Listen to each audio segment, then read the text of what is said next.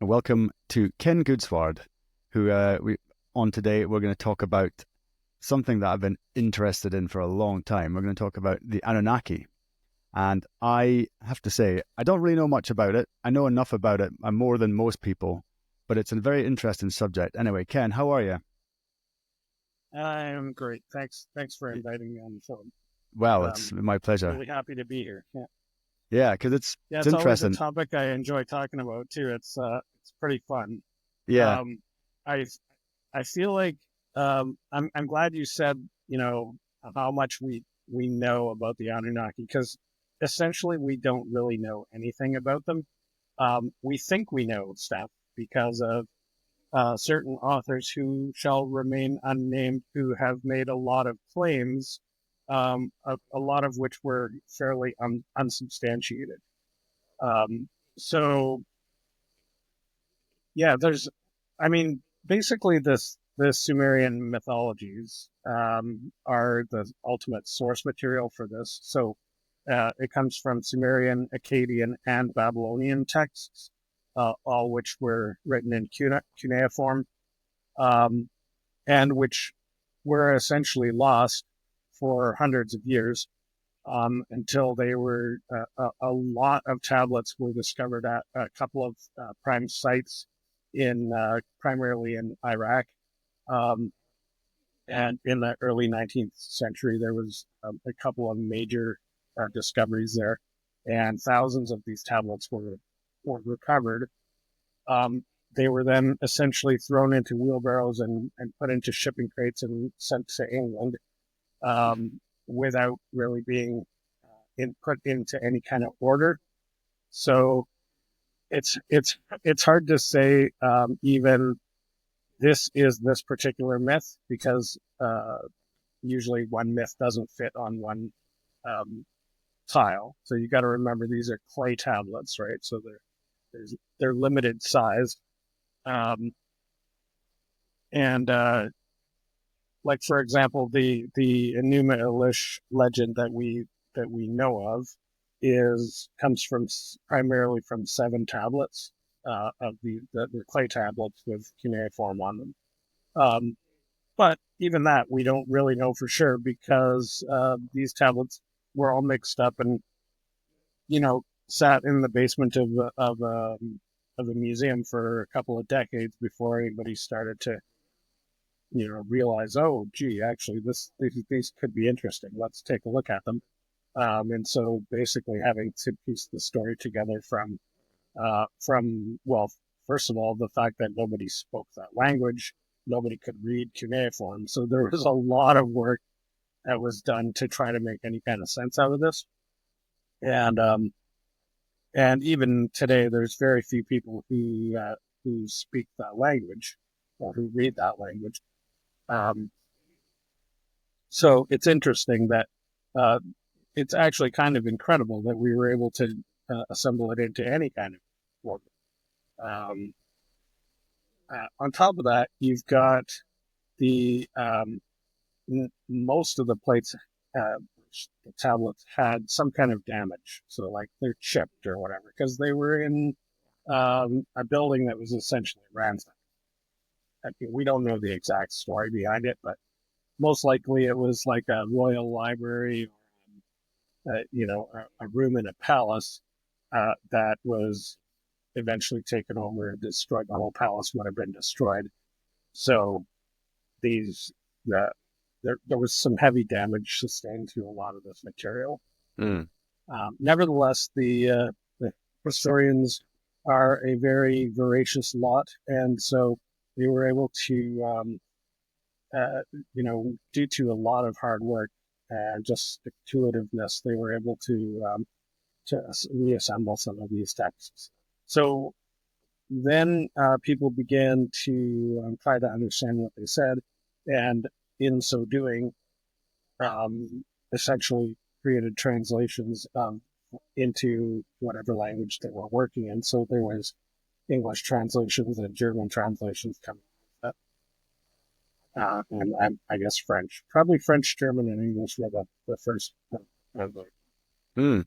So when you're talking about the Anunnaki, it's spoiler alert for those listening, is this is a bit off the beaten track, shall we say? I'd like to say that this is not a conspiracy theory, as we're about to discuss, because comes from ancient tablets, Sumerian cuneiform tablets from like 4000 BC or something like that. Very old. Yeah. Around, well, so probably the oldest is around 3000, and then the newest would probably be Right. Okay. well, in the Babylonian period, so maybe 600 or 500 BC. Yeah. So there's quite a range of text in there. Okay. Yeah, and because it's an incredible story, and basically what we're going to talk about is the other origin story, the origin of humanity, and it involves gods. Right. Some people could say aliens. I don't know. I just want to keep a very open mind about this, and I want to learn a bit more about it. But having read the document, the book that you sent me, it's really quite fascinating what's being discussed, because we're talking about how basically humans were interacting with what they called gods, the Anunnaki, as they're called, and this is the stories, whatever the myths, whatever you want to call it, down on these tablets, and we're talking about, and some of them I think are reasonably well known. The Epic of Gilgamesh is quite I think that's a famous one. That was one of the first to be translated. And he talks about going to outer space? I can't remember, actually. Well, I've read them ages ago. Yeah, that's a good question. So what exactly is he talking about? And a lot of times we don't really know. So in the Epic of Gilgamesh is primarily a story of a king and a wild man who develop a friendship, and there's a couple of romantic threads in there as well. So primarily Gilgamesh is not a ancient alien story, but there's probably a few tie-ins with. So that's the thing, is like to understand any of these stories, you sort of have to know a little bit about all the other stories that you haven't read yet, and how do you do that if you haven't read them yet? So this is the thing, is that there are experts who are more familiar with a broader range of the material. Certainly, I have not read like a ton of different these different myths.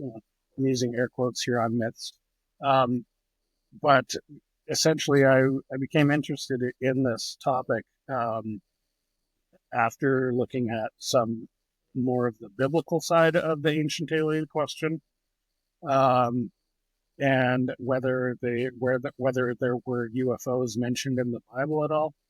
And so that's one of the first books that I wrote a lot of books, but one of the first books in this area that got me interested into the UFOs and ancient aliens question was this book I wrote called UFOs in the Bible, which is on Amazon. And essentially, I had heard people claim that, so-and-so in the Bible saw a UFO, and usually they refer to Ezekiel, and there's a few other people. And I was like, well, yeah, I mean, okay, I'm pretty familiar with the Bible, but I don't remember there being UFOs in it.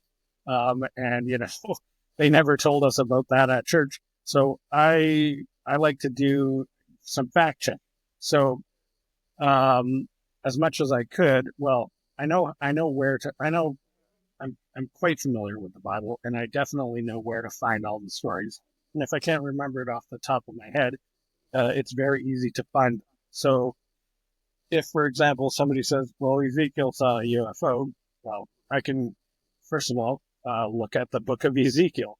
Okay, well, read the whole thing. It's not that long. And it turns out there's only really 2 or 3 chapters where there's anything vaguely resembling a possible UFO. So it's not really a lot of reading that you have to do to go to the primary source. So that's the kind of thing that I started doing.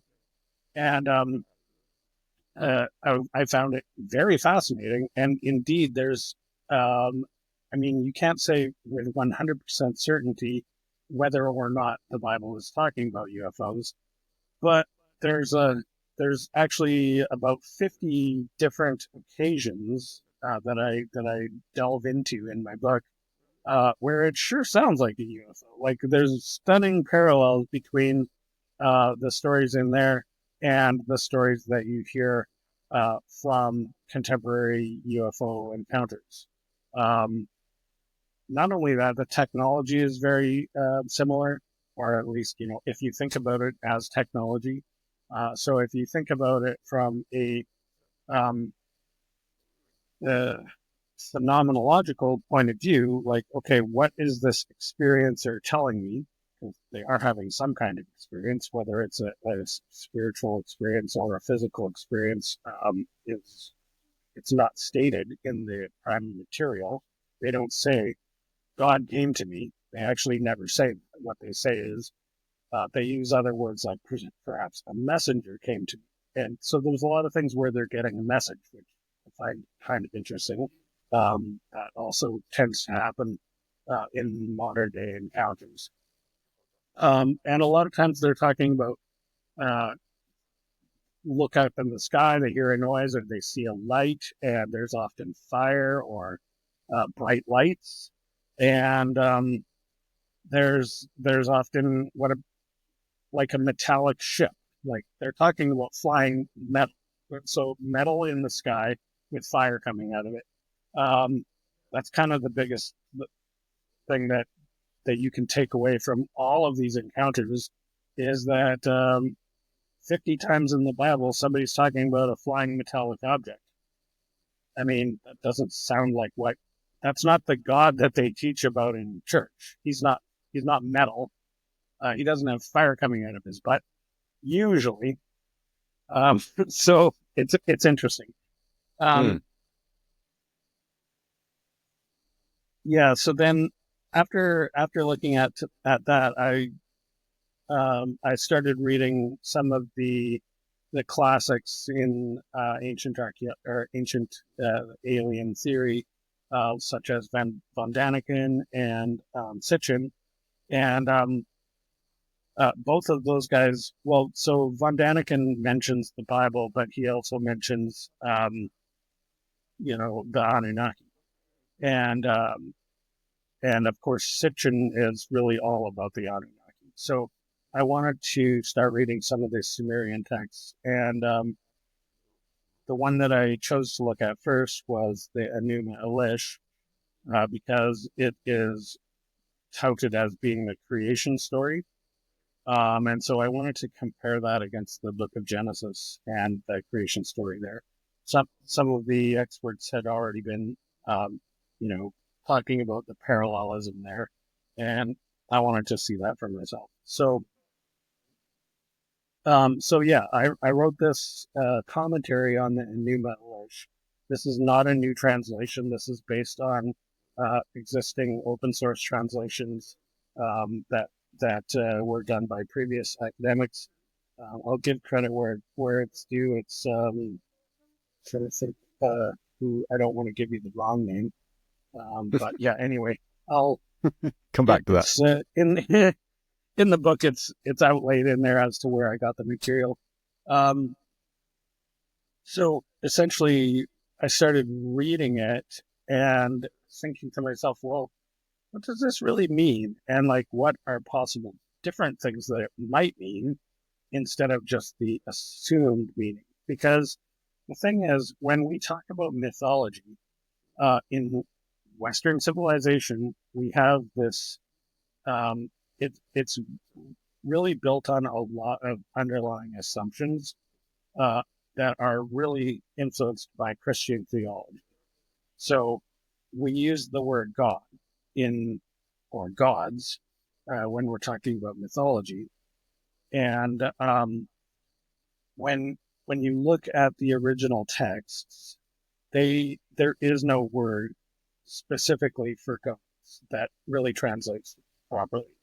Um, I mean, there's a bunch of words that we have traditionally translated as God or gods, but I question whether that, like, how accurate that is in terms of when we use that kind of terminology, we're bringing a lot of baggage back to presumed what the author intended, which Hmm. I think in many cases is not deserved.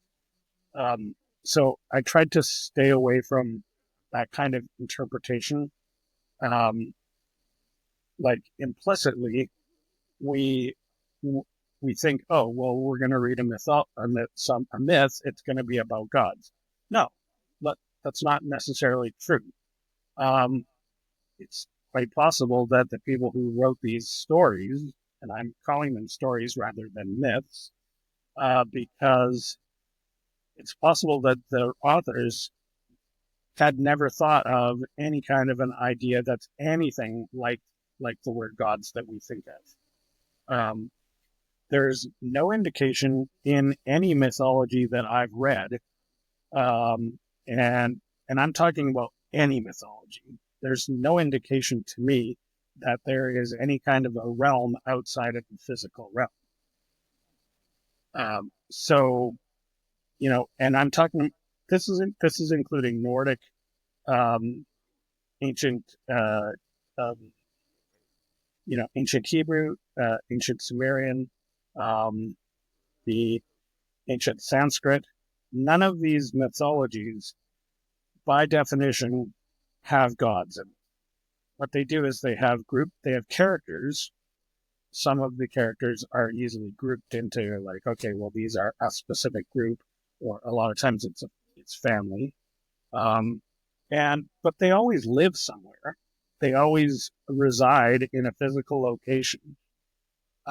Sometimes they have superpowers, but sometimes they don't really, or they're able to do a limited set of unexplainable things.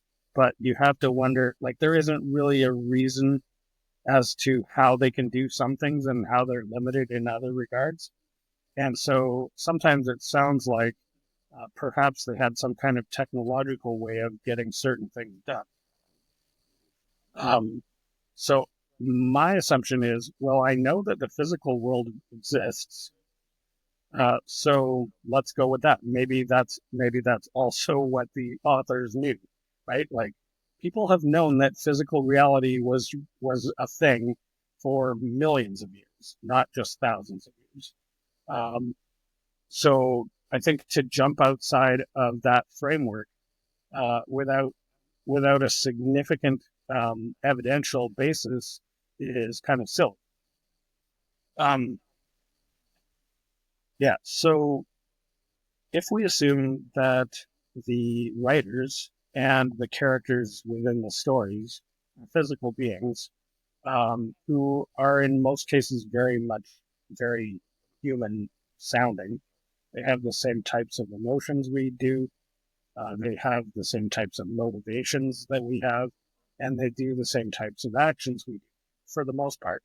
And then occasionally they do something that we don't know how they did.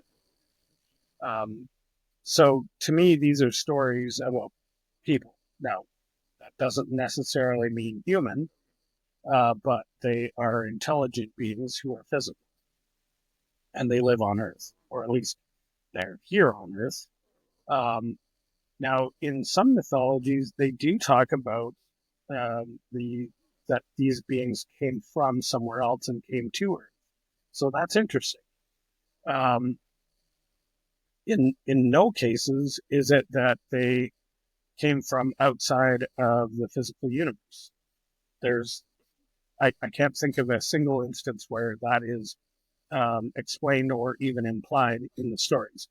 But what we do have is a lot of parallelism where, um, for example, in the Mahabharata, which is the ancient Sanskrit text, which is about 5,000 years old, um, there's parallels in there between some of the stuff that I was able to uh, well, some of the way that I'm interpreting some of the things that the Enuma Elish.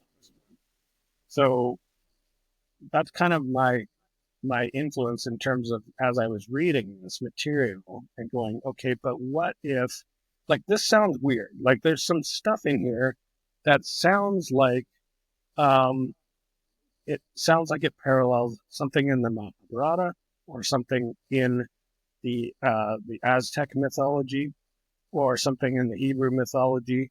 And so, is there a way to think about this so that maybe they're all talking about the same thing? So I'll give you an example here. In the Enuma Elish, in the opening chapter, it first starts talking about a couple of characters, and so there's Tiamat, there's something called the Apsu, and the typical understanding here traditionally is that, okay, well, those are these primordial gods, and it talks about them mixing their waters. So essentially, the standard interpretation is, well, Tiamat is one of these primordial water gods, and the Apsu is another primordial water god, and they somehow got together and created the universe. But that's not what it says in. So, and this is not my translation, but I'll just read you the first couple of lines here. So, when the heavens above did not exist, okay, so this is like sort of a creation story because there was something that didn't exist that now exists. And so it's the heavens above, supposedly, they did not exist, and the earth beneath had not come into being. Okay? So there was the Apsu, the first in order, their begetter, and Tiamat, the artisan who gave birth to them all, and they mingled their waters together. Okay, so already this is very poetic. Like, it's nice, it's beautiful, but what does it mean? It's hard to really put any kind of meaning on. So the classic interpretation is that these are two gods who existed beyond the physical realm. But it doesn't really say that, does it? Like, it says that Earth doesn't exist and the heavens don't exist. But what does that even mean to say that? So, and also, how accurate is this translation? So there's still a lot of questions.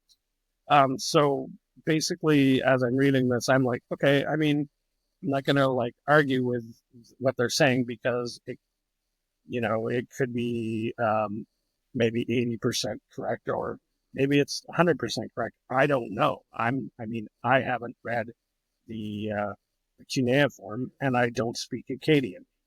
So, but nobody does. So let's keep that in mind, right? All of this is based on some interpretation that somebody put onto it.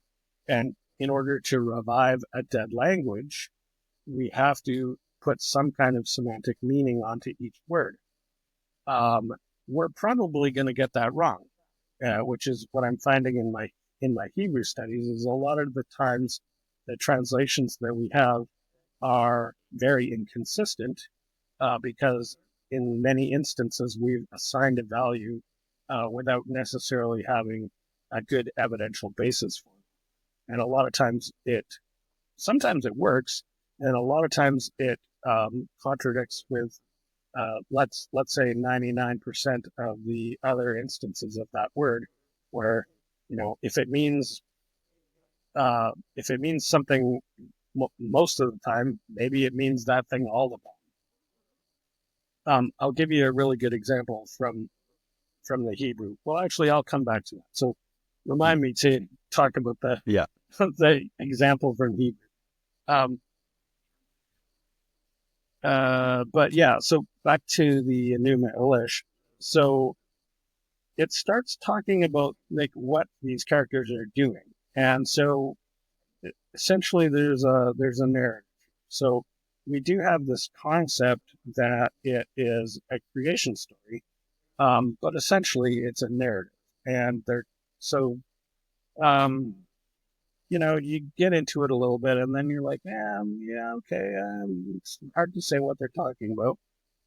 But then you come to a couple of spots where it's like, well, wait a second. Um, uh, this sounds like some kind of battle. Okay, so we have physical beings doing battle and dealing physical damage to each other, which is, kind of interesting. Um, and doesn't really fit the idea of a spiritual being, because how can a spiritual being take physical damage? Um, but then we have they get into this. I'm trying to find it here. There's a spot where Ia, who is one of the main characters, is said to be in part of the narrative. He flies across the sky and measure. He's taking measurements, and I'm like, what? What? You know, if this is like a supposedly a supernatural being, well, he can fly, so maybe he is supernatural somehow. But why is he taking measurements? Doesn't he already know all this stuff? And if he doesn't, why does he care? Like, what is he?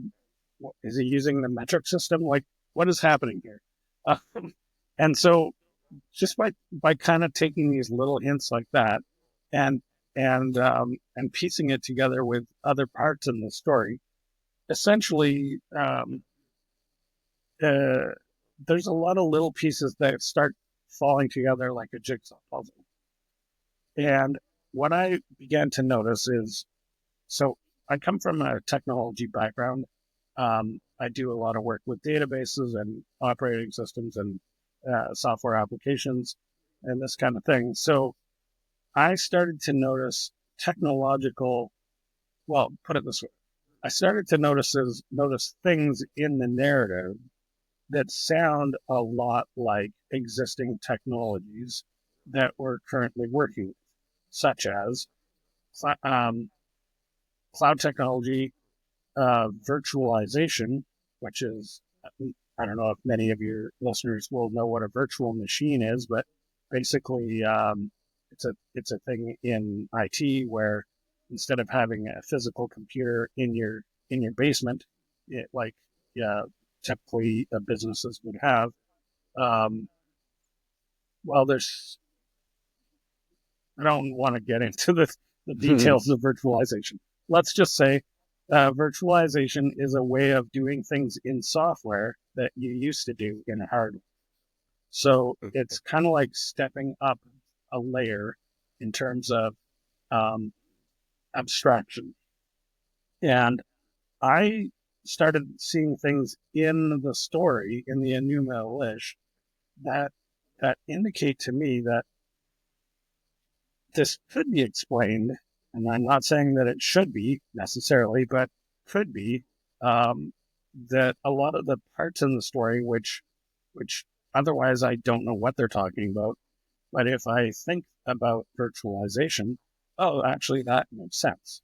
So, the Anunnaki and the Igigi are two groups of individuals that appear in the story, and they, in the typical translations and even in the Enuma Elish, because my commentary is based on an existing translation, you will find the word gods. But in the commentary, I really question. I don't think about these as gods in the way that we think about gods, but rather as these groups of individuals, and they are unified by something. So maybe that's because they work for the same company, or they are the same. They're in some kind of organization.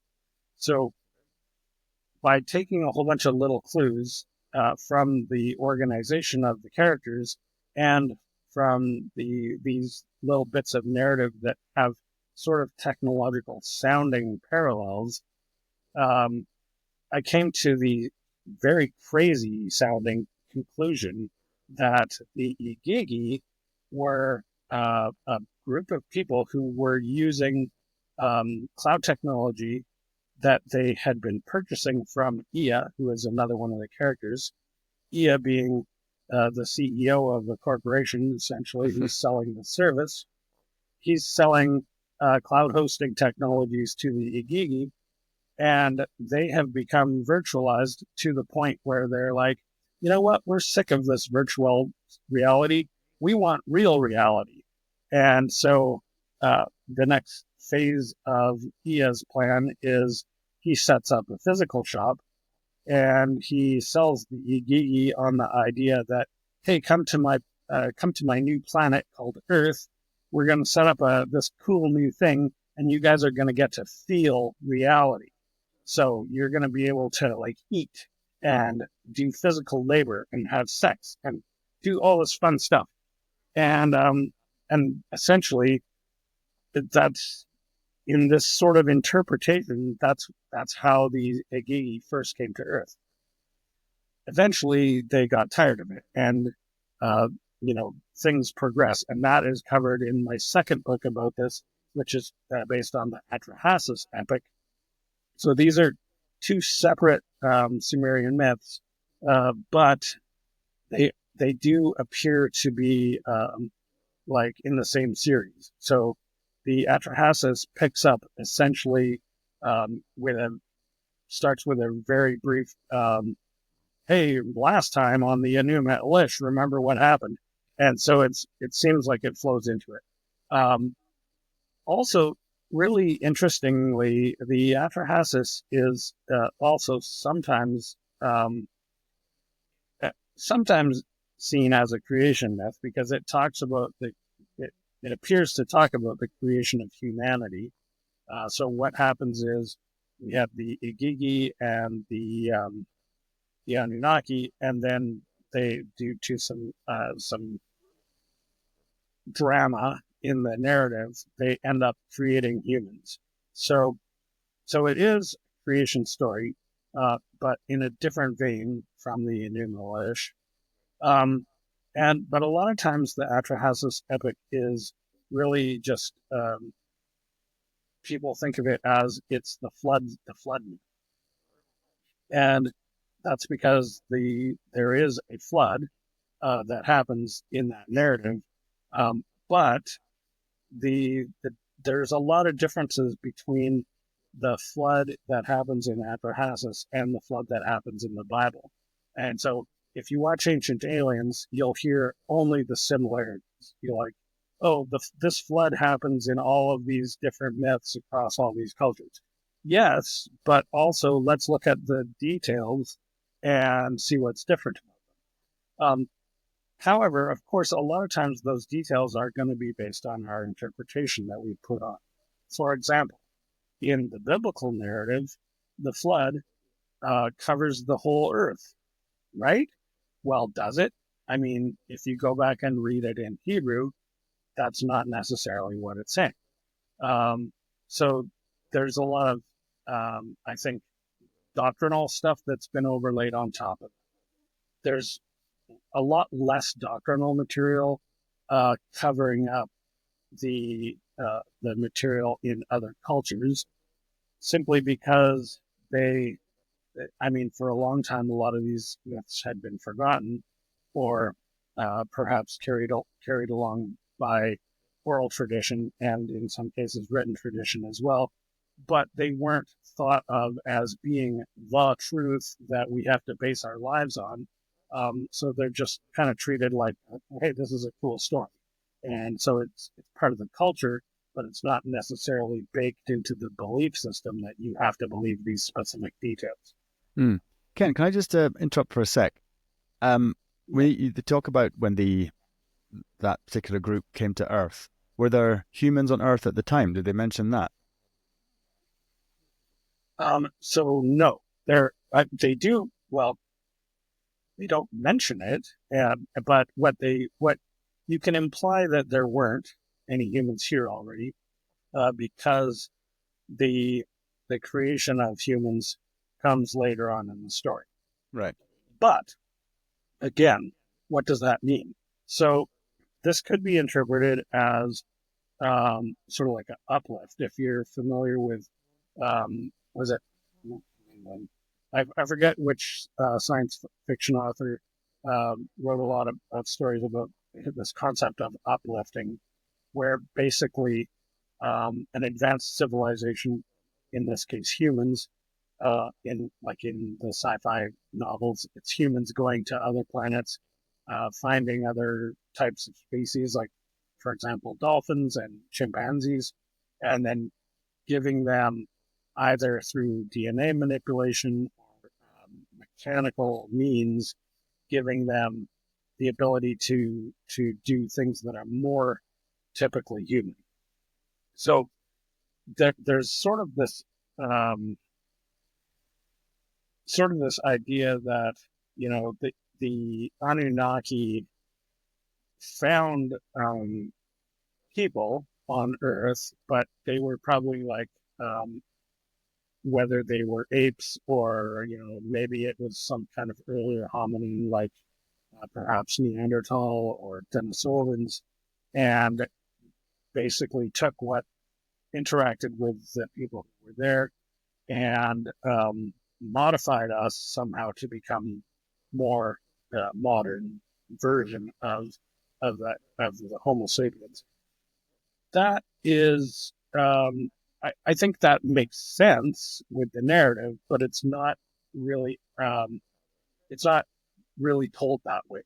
So in the narrative of the Atrahasis, the way that the humans are created is there's um, there's sort of this there's a couple of different components that are mixed together. One of them is we don't really know what it is, but it's the typical translation is like a lump of clay or mud, um, which again this shows up in the book of Genesis, in Genesis chapter 2, the creation of man. God takes a lump of clay, so that clay motif comes up in the Atrahasis as well as Genesis, and also in a lot of other mythologies from around the world. And in the Atrahasis, what happens is they take that clay and they also mix it with, they actually have to kill one of the Anunnaki.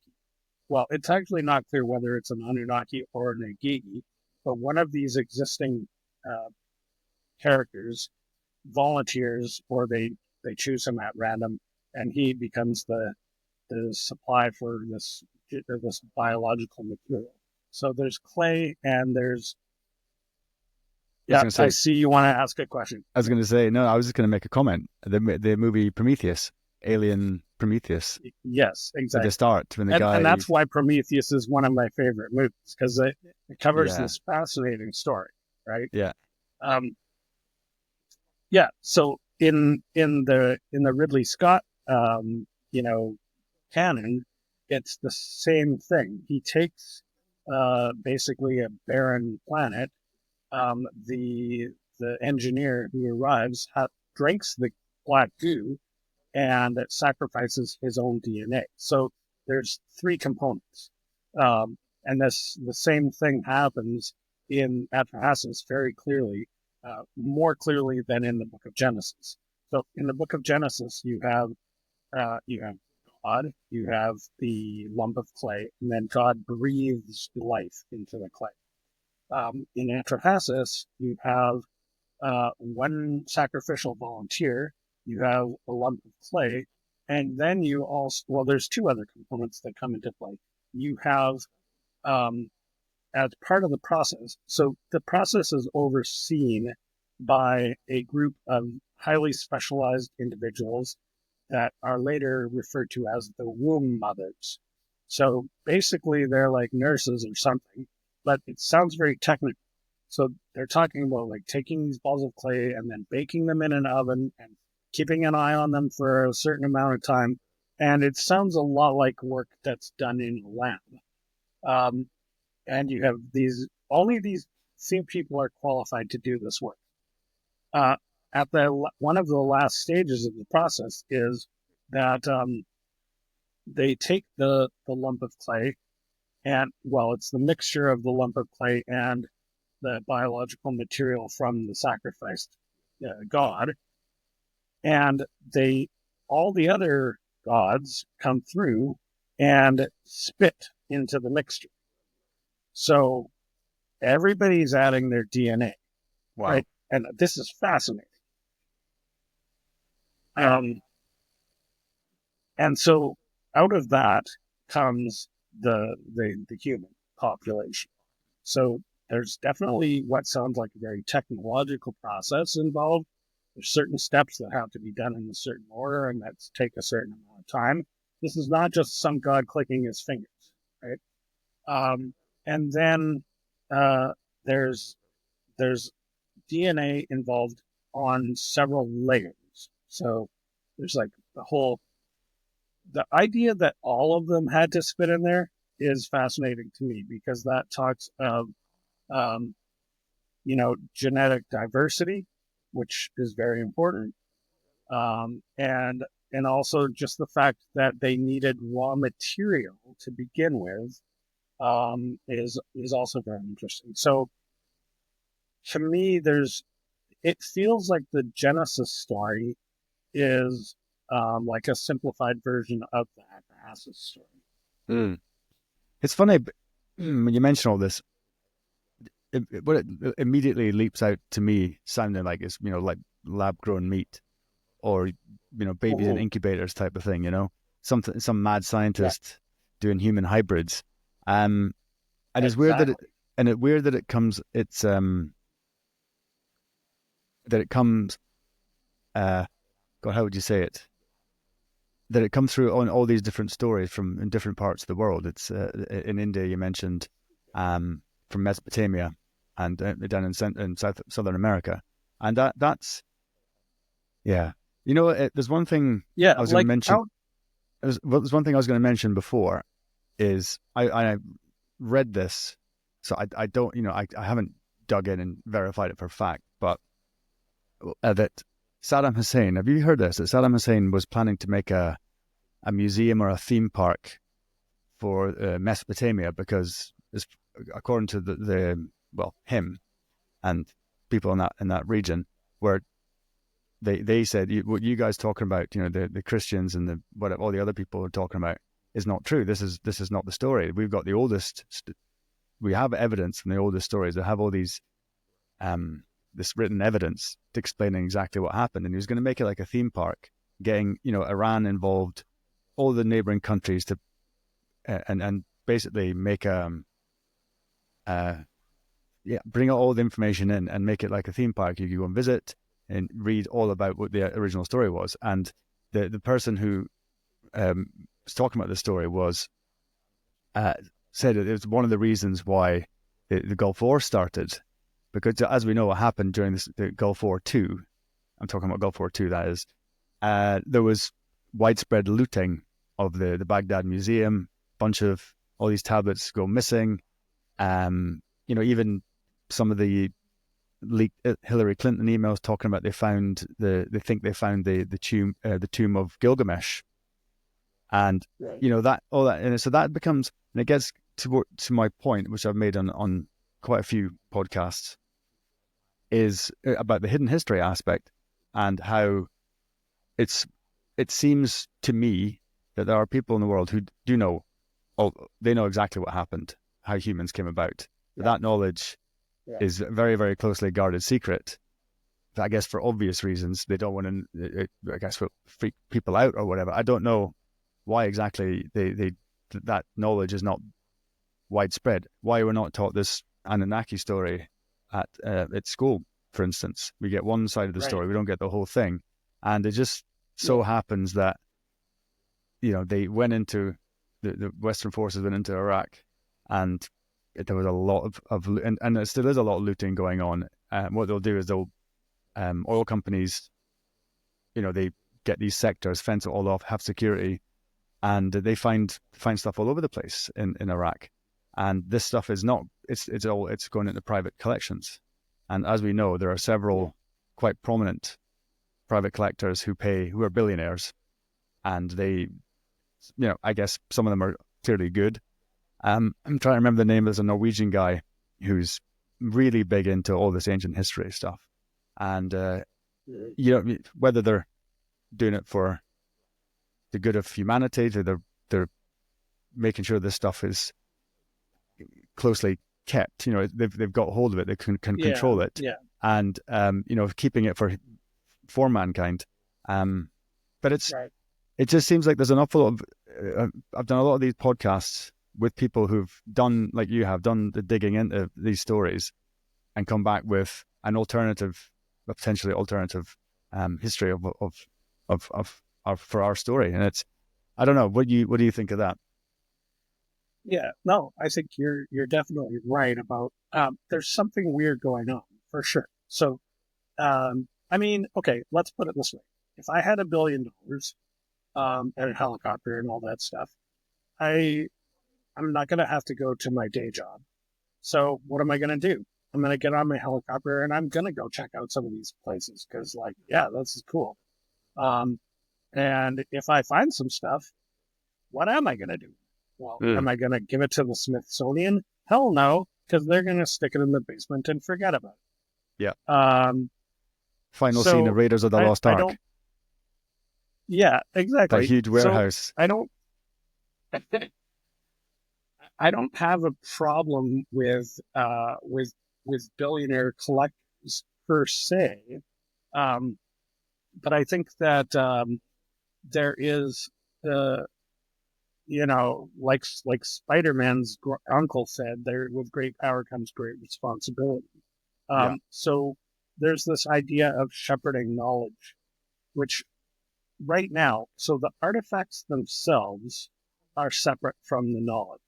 Okay, so I mean, if it was a matter of these clay tablets being found, or say another example could be um, the Dead Sea Scrolls. Like if those had just gone into a private collection, um, and basically just hoarded, then we wouldn't know about a lot of, those were very instrumental things in terms of advancing our knowledge.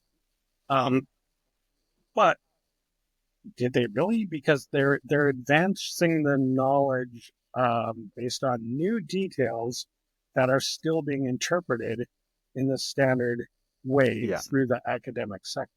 Yeah, they're putting their spin on it effectively. Is that what you're trying to say? Yeah, that's what I think as well. It's we assume that one would assume that we're getting what it actually says, but they're putting their spin on it. As you say, it's pretty hard to translate these kind of things. What about what's the other one?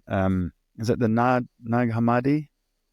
Nag Hammadi, yeah. Yeah, that's an interesting one. So found by a couple of shepherds in Egypt, and that was another story. That stuff has found its way into the mainstream and is widely available, which is great because now we have books like the Book of Tobit and the Book of Judith and things like this that in the Jewish traditions they had been aware of, but I don't know that anybody that any copies were still around. So there are a lot of, let's call them books, textual pieces of evidence that a lot that have been lost and probably never will be found. So if we have the ability to extract any of these ancient documents out of from being lost to history, I think it's valuable. You look at, there are numerous instances where something like that happened and then it was intentionally destroyed. Or, people had been collecting the knowledge and later on, after a couple hundred years, somebody comes along and destroys it. So two examples I'll give are the Museum of Alexandria, which we know from due to sources like the Roman historians who were writing at the time, talking about having visited this library and how it was said to hold like all the knowledge of the earth. What does that mean? Well, that could be a whole other thing. But then, it's historically documented that this museum was there and then that it got destroyed and there was a fire in such and such a year and some raiders came through in this other year. And but then we still don't know, was that done intentionally or was it an accident? And in a lot of cases, it's not clear. However, if you move over to China, which has very uh, a very long history of like 5,000 years of recorded history in China, um, in their records, it specifically states when this king came to power, he wanted to get rid of all the remaining vestiges of the previous dynasty. So he he ordered all the professors to be murdered and all the books to be burned. And this happened, I think, twice in China in the documented Chinese history. Um, so that's pretty fascinating. Also, the Chinese histories can once in a while there's popping up really weird stuff in the same recorded history, like this king made himself a flying machine and was never seen again. Like, and this is in the same chronology. Yeah, like apparently this guy built a spaceship, and this was thousands of years ago. So I'm not saying necessarily that that's true or that I believe it, but put it this way: if that did happen, let's say it was, and I'm getting the dates mixed up, so let's say that was 4,000 years ago. Let's say 4,000 years ago, a billionaire decided to launch himself to Mars. Let's just say it's right now, it's and Elon Elon Musk. has invented, he's invented his own technology. Not saying that he hasn't like been informed by pre-existing rocketry and all that stuff. Of course, he's taking the information that's available. But essentially, one man with a lot of money, if he wants to go to Mars tomorrow, he will. He can. Like, really, there's nothing stopping him. So, essentially, that's the same as the Chinese saying this happened. That's exactly what they're saying happened. Well, we have no evidence that the Chinese had electronics or steel well, don't we? Actually, they did have steel. We do know that. They had very advanced metallurgy. They had very advanced timekeeping. So I think that it's not completely out of the question that that the Chinese king 4,000 years ago could have had a technological means to defy gravity and to leave the bounds of Earth. But okay, so why don't we see a record of that happening? Like, where's the technology? Well, nothing lasts for 4,000 years. Yeah. If you come back today, come back in 1,000 years, let's say that there's a global catastrophe tomorrow. Somebody comes back 1,000 years from now, what's going to be left? Steel will be gone, completely rusted. Basically, so gold is a very has a very long life, but anybody coming back and finding anything made out of gold is going to take that gold home and melt it down and make something else. And that's exactly what's been happening for forever, far longer than 5,000 years. Yeah. The pyramids are there because they're made out of rock. Rock is pretty stable, but having said that, it's not. Even rock doesn't last forever. So the pyramids could have been covered in gold too, right? Yeah. And that the gold would have been taken off long as soon as whoever built them stopped looking. That gold's going to be the first thing gone. Now, this brings us to an interesting point because you mentioned the idea that Saddam had about building a theme park. So in ancient Egypt, they did exactly that.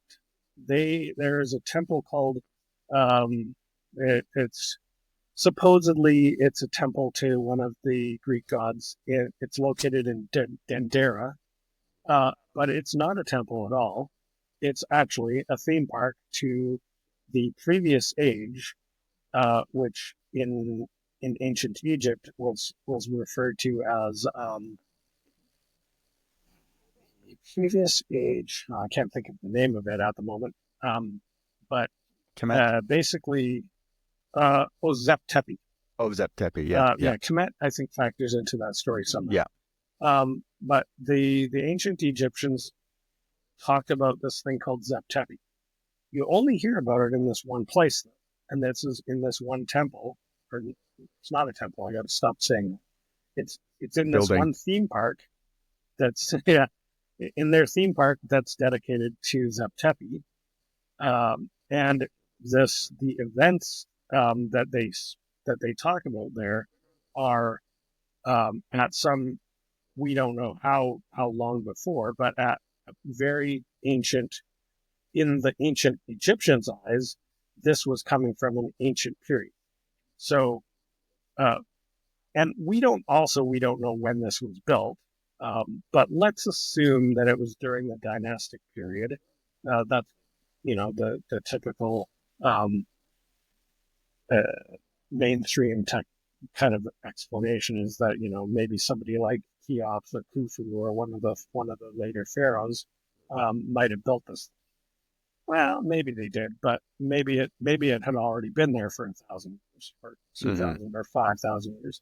But at any rate, the Zep Tepi monument refers back to a historical period that's thousands of years earlier, and it tells stories of how certain things led to the establishment of a civilization in Egypt. It's not the Egyptian civilization. Let me be clear. The so-called Egyptian civilization has nothing to do with the people who were there before them in that same location. They just came along and they happened to be in the same place. Similar, like in a very similar way that, like right now, Egypt is an Arabic-speaking Islamic country, because Arabic-speaking Islamic believing people came to the area, and the Egyptians, the same thing happened. The Egyptian-speaking people came to the area. There were already pyramids there. This is why the ancient Egyptians never talk about pyramids. There is not one single hieroglyphic in Egypt that talks about a pyramid. Like, why? They weren't allowed to talk about it. Because the pyramids were already there, and it was the big elephant in the room, and an elephant that big is hard to get rid of. But they tried to get rid of them. Like, you can see the evidence look at any pyramid. You can see that they've been trying to destroy it. But, it's not easy to get rid of something that large. But yeah, this Zep Tepi thing is like, there's a lot of people who are trying to essentially tie that to Atlantis, which is feasible, but is you can't, when it comes to Atlantis, there are things that we know that Plato talked about, and Plato was a smart guy and not prone to making shit up. So I think when Plato talks about Atlantis, we should believe him, and not just think that he was crazy, because everything else that he said, nobody thinks he's crazy about. Yeah. But the Zep Tepi thing is something that happened a long time ago, and so is Atlantis. That doesn't mean they're the same thing, but they might. Yeah. I was going to, one of the things that came up was, you talk about Plato and his grandfather or great uncle or whoever he was, Solon, who went to Solon, he went to Egypt and got inducted into one of these mystery schools, the Egyptian mystery school, and the priests took him down, and they have their king list, which apparently goes back thousands and tens of thousands of years, and you've got an inscription, or like a portrait, effectively what we'd call now, of each king. And what I was reading elsewhere about ancient Sumer in Sumeria, they have their king's list goes back, I think, is it 400,000 or 500,000 years? Yeah, And something like that. Or yeah, and 50,000. it ties in with the Egyptian one, which goes back, I think I can't remember exactly what it is, but it ties in with what they said. So, it's very interesting when you hear that. And, why would they maintain this record, or would they just make it up? I don't know. It's a funny one, but he talks about it, and he also says that, that you Greeks, you only remember one flood. We Egyptians, Right. we know seven or something like that. We know loads, and that you just, what does that mean? Does that mean? Well, it seems to me that Yeah. means What that does that mean? they've been there for a long, long time, or they've got knowledge passed down from a. So it's quite possible that Solon, the place where Solon was trained, was at Dendera. That's what I was going to say. Yeah, Of course, it's also possible that there were other places that had even more information and have not yet been discovered or yeah. were destroyed for whatever reason. Um, Now, it's also interesting that the Aztec, I'm going to call it Aztec. It's not really Aztec, but in Mesoamerica and South American mythology, there's this. We have very little understanding of what the cultures look like over there. I think there are a lot of experts who are really starting to make a lot of progress in terms of sorting that out. But it's pretty detailed, and there's a lot of different people groups and cultures in that area. So when I say what I should say is pre-Olmec. So in very ancient days, in South America and Mesoamerica, there are a few surviving records of their stories. Most of that stuff was wiped out by the conquistadors on purpose because they literally came in and killed everyone and burned everything. I think did But they not take some it back? information. I sorry to interrupt again, but I think did they not? Sure. I also read that they took a lot of it back, and to the Vatican, and it's in the Vatican Absolutely, Library. because a lot of it was made out of gold. Yeah. Oh, okay. Yeah. So Just it's carry on. mostly been melted down, but I'm sure that there's still a lot of information in the basement of the Vatican. But yeah, they weren't interested in the information. They were interested in the gold. Uh, so, good capitalists as they were. Mm-hmm. So, but anyway, in these ancient stories from that area, they talk about 7 cycles. And so the earth has been destroyed 7 times. So again, like they said, we know the earth wasn't destroyed because it's still here. Yeah. So when we talk about that, we have to realize that what we're saying isn't what they meant. So what did they actually mean? Well, that's a really great question. And that's, to me, that is the question that is kind of my driving pursuit here, is that I'm trying to understand as best I can what these stories actually are saying. And I'm fascinated by all of these different stories, but probably the Bible is one of the more fascinating ones because we have added on layer upon layer upon layer upon layer as what somebody told us we should think it means, what we think it means, all these different interpretations. And so I find it very fascinating to try to strip away some of that. And maybe it's an impossible task, but Yeah. I'm having a lot of fun trying it. And I'll just mention a couple of things here in terms of that project that I'm working on. There's the Bara Foundation, and our website is bara.foundation. If you go there, we're working on essentially an integrated ancient Hebrew dictionary and encyclopedia, and a new, fresh translation of Hebrew Old Testament. And the primary motivation there is to treat the Hebrew language, the ancient Hebrew language, and being very clear, this is not the same language that is spoken in Israel today. This is an ancient language that has been dead for hundreds of years, um, and no one understands it. So to say that the Bible is written in Hebrew is correct, but you have to actually say that it's written in ancient Hebrew, which is a different language than what we think we know.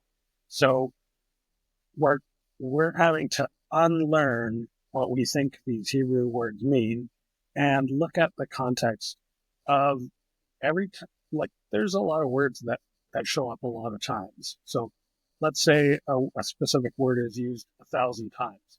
Well, we can get a pretty good idea of what that word means, even if we assume, okay, well, let's just pretend we don't know anything about what the word means.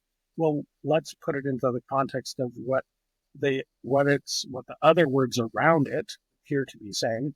We can kind of tell where there's a verb or a noun, and so we start to kind of rebuild our understanding around it. And what we're finding in this study is that there's a lot of words that, yeah, okay, that seems to mean what we do think it means. But then there's a word where it's like, okay, well, 1,000 times this means X. Yep, it does seem to. So how come in this particular verse here, we've translated it as Y? And people have been translating it apparently incorrectly since at least the Roman Empire, when they began translating these texts out of the ancient Hebrew into Greek and then into Latin, and many times into German and English and all other languages. This whole period of 2,000 years of translation, nobody has ever gone back and questioned, why does this word appear to mean Y in this one verse when it means X in 999 other verses? And so that's really the main question that we're digging into and saying, yeah, like, it doesn't make sense, right? No, it doesn't. And that sounds like the basis for another podcast. Okay, fair enough. Yeah. No, because that's another very. And so are you guys? Because I was saw the other day that researchers, scientists, whatever, are using AI to help with the translation, because it can obviously do it a heck of a lot faster than mere humans can. And is that something you guys are using too? Sort of. So I'm going to say that what we're using is I would describe it as a data informed and computer assisted algorithms. So we have custom written computer code that allows us to query the data, and we're doing that in a very highly computerized way. So yes, it's computer analysis, but we don't use AI because, frankly, real intelligence is way better than artificial intelligence. And I'm not opposed to artificial intelligence. I love using it for making pictures, doing graphics and stuff like that. But when it comes to writing something, well, it just doesn't do the job. I mean, sometimes I've been asked to use AI to write something, and in every case, I've found that, well, this is objectively wrong, and like, I can write better than AI. I have real intelligence, so I don't need artificial intelligence. But I get that. So until that improves a lot, I still have trust issues around interpretation. Also, I mean, never mind the fact that even real intelligence has been fooled for 2,000 years with a lot of this translation stuff. So this is a job for a real man. Yeah. Listen, Ken, I'm going to have to split, I'm afraid. I think we could quite easily spend several hours on this topics. So if you're up for it, we can do this again for sure. I'd love to. I want to hear more about it. Sure thing. Just so people who are listening, they can find your work. What's your YouTube page? Yeah, so my YouTube is called Dimension Fold. It's I don't know the full URL, but just use @Dimension Fold on Yeah. YouTube, and then also check out on Substack. There's Dimension Fold channel on Substack, as well as a Barra Foundation on Substack, and check out the Barra.Foundation website. That'll link you to the Substack. And also give you some information, background information on the project. Seems to me that you've got an awful lot of knowledge, and we've not even scratched the surface. What? Just kind of briefly, how did you find your way down this rabbit hole? What got you into it in the first place? I'm not just with translating the ancient Hebrew, which sounds like a bit of a task. I mean, what got you into looking at the Anunnaki and going down this? I like path. a good story. I've always been a sci-fi fan, and so also being coming from a very, I guess you would say, very religious background. Those, like, I don't know. It's almost kind of like religion and science fiction started overlapping in some way, and it's very fascinating. Do you watch Foundation on Apple TV? Yes, I have, and I've read some of the books. Because that is religion and science fiction. I think that's one of the best TV shows I've ever seen, and it's there's another 3 seasons. I actually did a podcast with one of the producers on Foundation. Oh yeah, cool. Yeah, so I mean, that's the thing is, like, Asimov, that guy was a master, and like, there's he's like, I mean, truly the gifted.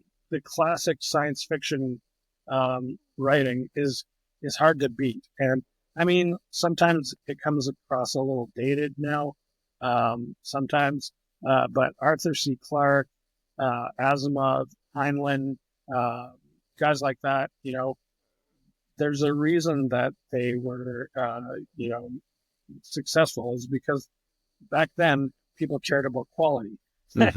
And you couldn't get away with just writing some shit and publishing it. You had, there was a lot of,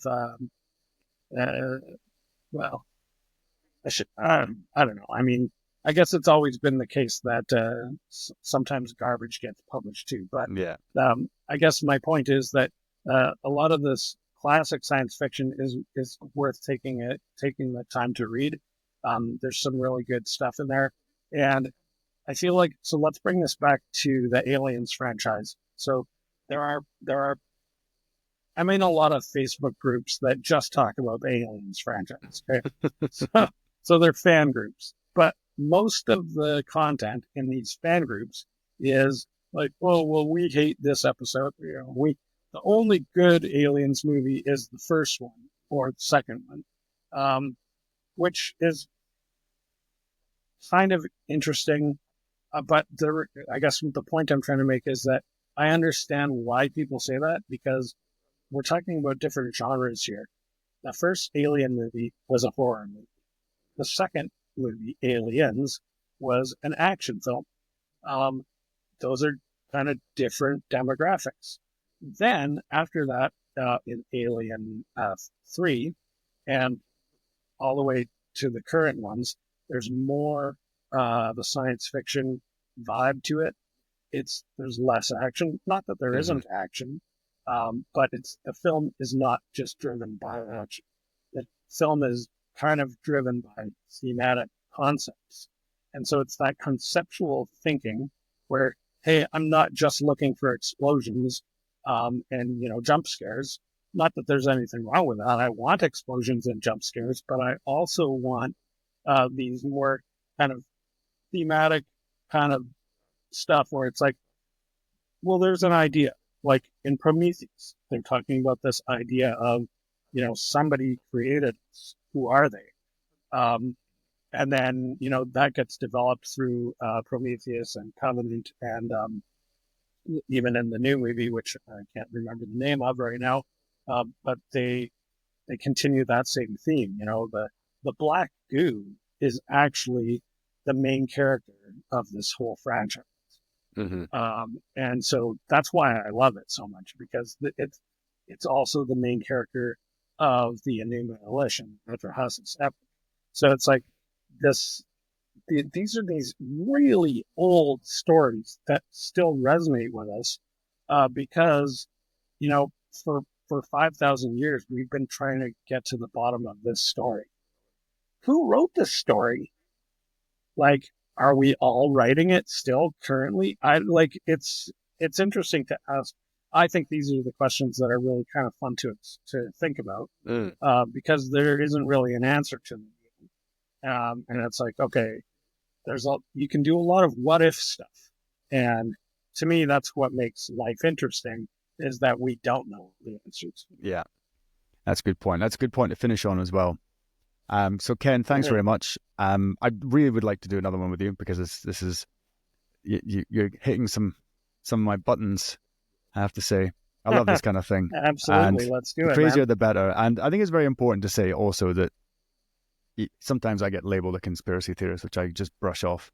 But it's not a conspiracy. It's written down stuff, and it's just interesting, I find, to explore it. Whether you take it as, oh, it's aliens. I'm not saying it's aliens, but it's aliens. None of that. It's just an interesting thing to just get to talk about, to read about, and it's so fascinating. It's just one rabbit hole leads into and then you just go deeper and deeper into it, and you just don't know what to believe. But I'm firmly Exactly. convinced that the story of our human story isn't. We don't know it. We don't know what's going on. Yes, I absolutely. think, and that's been done on purpose. I'm going to go out on a limb and say that, but I think as the more I speak to people like yourself, let's talk about that on another show. That's great. Yeah, okay, I'll make a note of that right now. All right, Ken, thank you very much, and have a good day in the frozen wastelands of Canada, where you are right now. Oh, thank you, Nico. All right, bud. Take care. Thanks I very much. look forward to coming back sometime. Thanks a lot. Sure. All right. Bye. Okay.